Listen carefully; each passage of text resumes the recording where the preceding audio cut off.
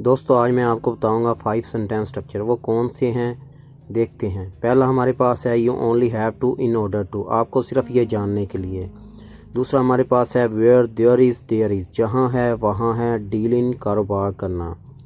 चौथा हमारे पास आ जाता है there is was nobody nothing, की कोई बात नहीं। और पांचवा हमारे पास आ जाता है गॉट यूज्ड टू, की आदत पड़ जाएगी। अब इनको हम एग्जाम्पल के साथ देखते हैं एक एक करके। You only have to call her in order to, she will come और नॉट। आपको सिर्फ ये जानने के लिए उसे फ़ोन करना होगा आया वो आएगी या नहीं।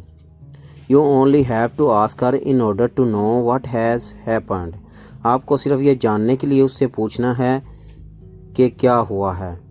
You only have to ask in order to know what has happened, आपको सिर्फ ये जानने के लिए उससे पूछना है कि क्या हुआ है।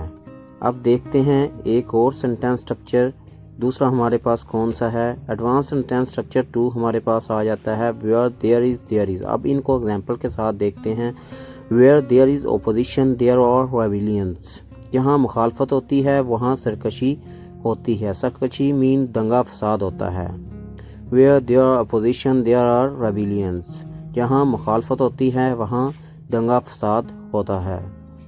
नेक्स्ट सेंटेंस देखते हैं हमारे पास कौन सा है। Where there are women there are jealousy and suspicion, जहाँ औरतें हैं वहाँ हसद और शुबहात है। Where there are women there are jealousy and suspicion, जहाँ औरतें हैं वहाँ हसद और शुबहात हैं। एक और एग्जांपल देखते हैं इसी की। Where there are difficulties there are ways to get over them, जहाँ मुश्किलात हैं वहाँ पर काबू पाने के तरीके मौजूद हैं।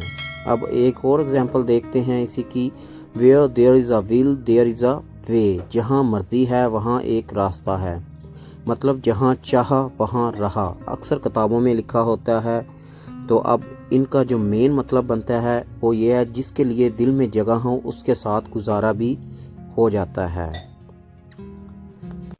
उम्मीद करता हूँ आपको इसकी समझ आ गई होगी।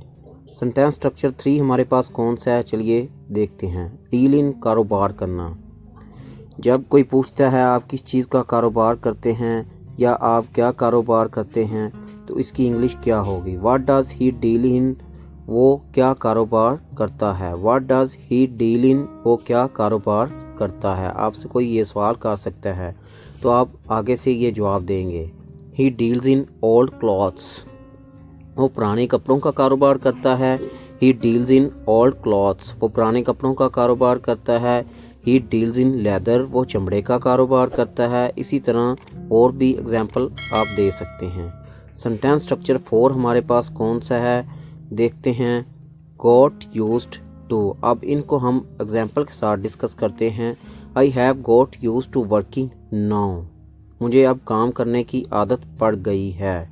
आई have got used to working now, मुझे अब काम करने की आदत पड़ गई है। एक और एग्जाम्पल दूसरी है हमारे पास। She has got used to using smartphone now, उसे अब मोबाइल इस्तेमाल करने की आदत पड़ गई है। She has got used to using smartphone now, उसे अब मोबाइल इस्तेमाल करने की आदत पड़ गई है। सेंटेंस स्ट्रक्चर 5 हमारे पास आ जाता है।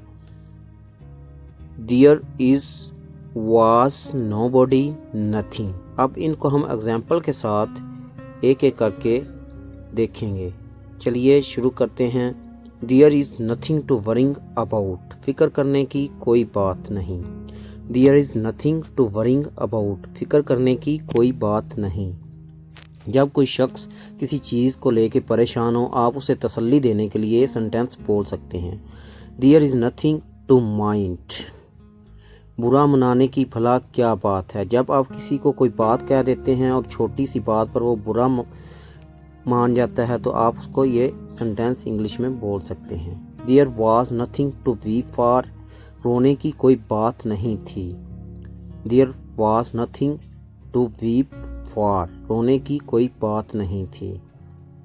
There was nobody ask the way of, रास्ता पूछने के लिए कोई आदमी नहीं था। एक और एग्जाम्पल देखते हैं। लास्ट हमारे पास है there was nobody to make fun of. मजाक उड़ाने के लिए कोई आदमी नज़र नहीं